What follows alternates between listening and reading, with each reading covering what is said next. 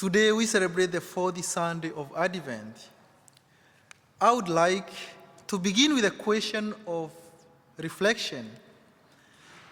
If you give someone you love a gift and they turn it down, what would you do? This is a situation that David found himself. To appreciate all God had done for him, he decided to build him a temple. But God turned this offer down. Most of us would feel rejected, not appreciated, unloved, such that anything else will not make sense.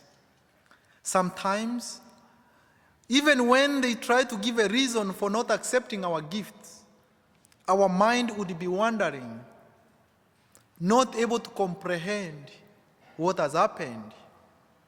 David was different. Through Nathan, he accepted the will of God. God tells him that for his good intention, he will allow his son to build the temple. David had another fear about his kingdom. And God promises that the kingdom will last forever. Interestingly, almost 6 decades before the birth of Christ, the Babylonians ended the dynasty of David. Again, the question of God forgetting his promise arose among the people. But the Israelites did not lose hope. The Israelites knew that God's words were irrevocable. And so they began to expect a new king, a descendant of David the king, who would make Israel powerful again and reign forever as per the prophecy. And this is what I encourage you today. Sometimes in our families, things happen. Maybe our children no longer go to church. Or maybe they go to other churches, and we ask ourselves, why is it happening? Did I not give them the best? You should not be worried. You should not be afraid, because God does not forget his promise.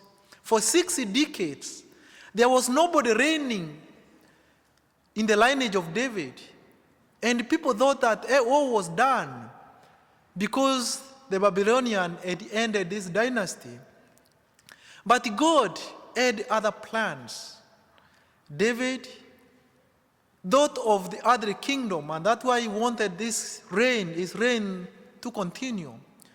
But God had a plan, not only giving David's kingdom an earthly touch, but he wanted it to be an heavenly kingdom. This promise of David is fulfilled by birth of Jesus. The importance of this coming king is preceded by mysterious events. The angel announcing his birth and a virgin being chosen to bear this good news. It's only those who know the importance of the mother that will understand the importance of the role of Mary in the history of salvation. That stands out very clearly today. She receives the message with humility. I am the handmaid of the Lord. Let it be done unto me according to your will. Humble words, self-giving words. These words are not conditional. Mary does not condition God. Mary accepts the will of God. It's a challenge to us. How do we accept the will of God? Do we accept only things which are good to us, or we accept what comes our way? Through her courage, generosity, she reminds us that this is a season of joy. This is a season of receiving and sharing. And this is what I'm sending you to go to do today. Go and share.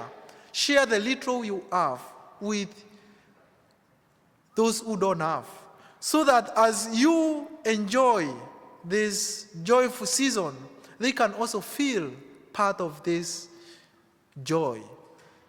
The Lord be with you.